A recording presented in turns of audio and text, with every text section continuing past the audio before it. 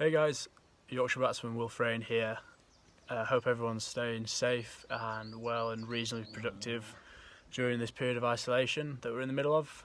So M&H just had the idea to let you guys get to know us sponsor players a little bit better by letting us answer some selected questions for you.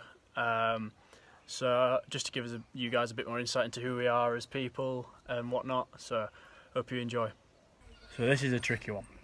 There's a few that spring to mind, but I think my favourite has to be AB de Villiers. The guy's a freak. He just makes the game look so easy at the highest level in all formats. It's just something to behold, I think, when he's on fire.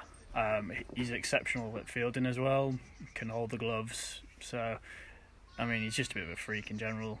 From what I hear from kind of people around the circuit where he's gone on overseas, that he just, no one says a bad word about him as well, so it's almost like he's not human, because apparently he's just really down to earth and he's gone at golf and other sports. So yeah, if I could turn into anyone, it'd probably be him.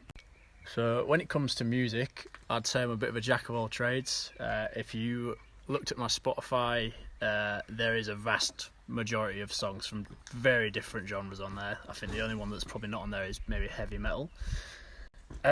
So it's hard to pick, but I did have a look at Spotify, and my two most played artists are Khalid and The Weeknd, which probably isn't a surprise to my brother because they're blasting from my room a lot. And if you haven't heard their music, then please do yourself a favour and go and listen to that. But yeah. So over the course of my cricket career, I've received a lot of good advice. But the one that sticks out in my memory is that the cream always rises to the top, which is something my dad used to say to me when I was younger, when I used to have setbacks. I had a few, it took me a long time to get into the Yorkshire age groups when I was younger. Been released a few times, a few injuries, especially my knee. But I never stopped working hard, and as cliche as it is, with a bit of luck, if you really want something and you work your arse off to get it, then 9 times out of 10 it works out for you. And that's all I would say to you, is if you're young and you're not where you want to be right now, don't stress, keep working hard, keep going after that dream, as cliche as it is, because in the end, with a bit of luck, you'll get there and it'll be so much sweeter.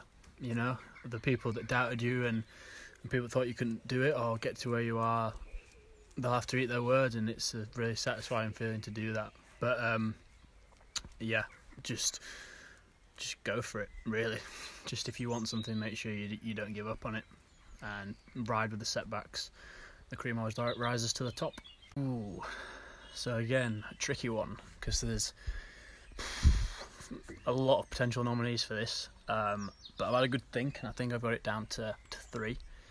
So my first one would be Will Ferrell, because man, I find him so funny. Like, I love pretty much all of his movies. I can quote Step Brothers and Anchorman pretty much off by heart. I think he'd be very good to have at dinner party. I think he'd be good crack. So yeah, he's first. So guess number 2, I've gone for Margot Robbie, because she is, do I have to even say anything? She is my biggest celebrity crush, I'd say. I don't know how much I got to talk to her when she was there, because I'd probably just freeze up, start babbling at her. But how cool would it be? What a claim that would be, to say that you've been to a dinner party with Margot Robbie. And last, but certainly by no means least, I've gone slightly west and picked Mark Hamill, who is, for those of you who don't know, he plays Luke Skywalker in Star Wars, and I'd just love to fanboy over him for a little bit and badger him about it. And he actually seems like a really good bloke in any sort of media stuff you see of him. He seems really funny, so I'm sure he'd provide a lot of it. I am a bit of a Star Wars geek at heart, like I love it. And when I was younger, when I was like 20, all I wanted to be was Luke Skywalker. But then obviously I did grow up and realise that wasn't possible, so I thought I'd try and give cricket a crack. So unofficially, I first became a member of the M&H family when I was 15.